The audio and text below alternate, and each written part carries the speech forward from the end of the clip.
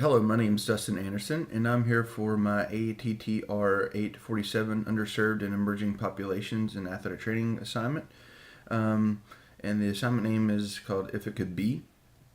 For this assignment, we were supposed to pick an emergent setting that we would want to work in, talk a little bit about why we would pick that setting, why we would be good for that setting, and some of the challenges that we would face in that setting.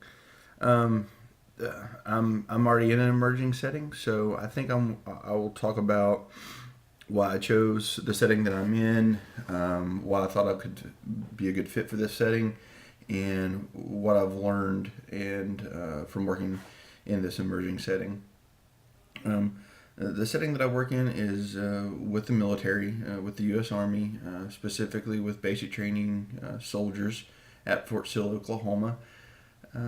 What attracted me to this setting was I've always wanted to work with the military in some facet, either in the military itself or as a civilian contractor. When I got out of grad school, there were no MOSs for athletic trainers in the military, so I started looking around, and the closest thing that I could find was being an athletic trainer for the military. The reason that I didn't join the military was because I didn't want to spend so long learning how to be an athletic trainer to actually not do it for 4 to 6 years. I thought my skills were better served in that athletic training role as opposed to working as some type of officer that didn't apply to what I learned, and I just figured that I could have a greater effect working in a athletic training position.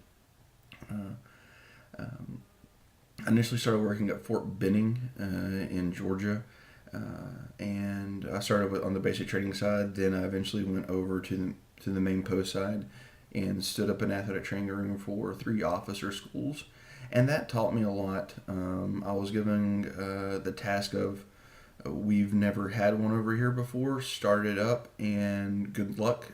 Let's not mess this thing up. So I was given freedom to start the room from the ground up and build relationships with the military, prove our worth. At the beginning, there was a lot of 10 to 12 hour days, just getting my name out there and letting people know what I can do for them and their soldiers, and good relationships grew out of that. And that was one of the biggest challenges. Not a lot of people in the military know what athletic trainers are. I will say they call us,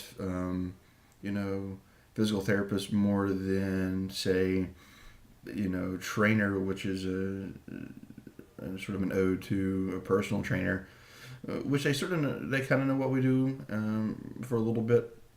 I think the military is moving towards more of a um, proactive way of treating musculoskeletal injuries, and I think athletic trainers provide a good service for that. The military is a big organization and has quite a bit of people, and I think athletic trainers are a good link between the soldiers that are training and the medical side. So I think athletic trainers embedded within units can add valuable service and care for our soldiers.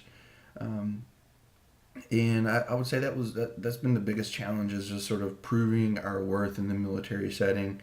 A lot of people know what we do just from seeing a TV on a Saturday evening, watching a football game, and that's ice bags, water bottles, and running out on the field when somebody gets hurt. But they don't really see all the other things that we do and that we're capable of. And I've had the privilege to work with good doctors, nurses, physical therapists, and I would like, for the most part, they've been pretty welcoming and have been um, open to athletic trainers in the military setting. Um, and why I thought I would be good for this setting, I don't mind working hard, longer hours from time to time. But I will say that the military is great for life work balance, and I don't work over 40 hours a week, and I don't work weekends. So, in that extent, it's been great, and that's sort of why I chose the military setting.